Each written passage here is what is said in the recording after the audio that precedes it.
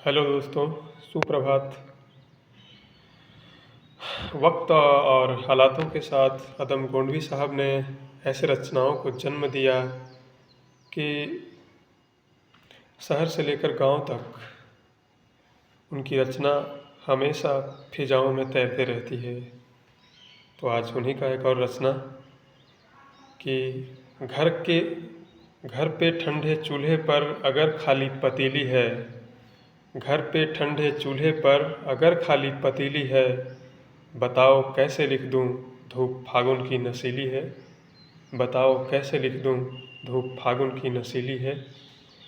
भटकती है हमारे गांव में गूंगी भिखारन सी, भटकती है हमारे गांव में गूंगी भिखारन सी। सुबहें ये सुबहें फरवरी बीमार पत्नी से भी पीली है, ये सुबहें फरवरी बीमार पत्नी से भी पीली है। बताओ कैसे लिख दूँ धूप फागुन की नशीली है।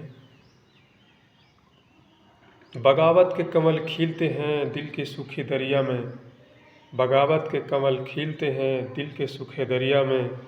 मैं जब भी देखता हूँ आँख बच्चों की पनीली है, मैं जब भी देखता हूँ आँख बच्चों की पनीली है। पनीली का मतलब आँख में जब आंसू डबडबाया हुआ रहता है तो वो दृश्य। मैं जब भी देखता हूँ आँख बच्चों की पनीली है, बताओ कैसे लिख दूँ धूप फागुन की नशीली है। सुलगते जिस्म की गर्मी का फिर एहसास हो कैसे, सुलगते जिस्म की गर्मी का फिर एहसास हो कैसे। मोहब्बत की कहानी अब जली माचिस की तीली है, मोहब्बत की कहानी जली माचिस की तीली है। मतलब एक बार अगर माचिस की तीली को जला दो फिर दोबारा वो माचिस में कितनों रगड़िए जलेगा नहीं। तो मोहब्बत की कहानी जली माचिस की तीली है, बताओ कैसे लिख दूँ धूप फागुन की नशीली है।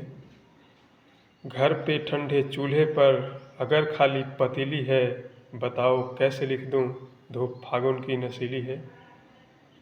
तो ये अदम गोंडवी साहब का खासियत है कि उन्होंने अपने कलम से लेखनी के साथ कोई समझौता नहीं किए और उनके ज़रिए सरकार से सवाल एक कड़क होकर पूछे और पूछते रहे। ये ज़माना भी पूछेगा उनके रचनाओं के ज़रिए। आप भी पूछिए।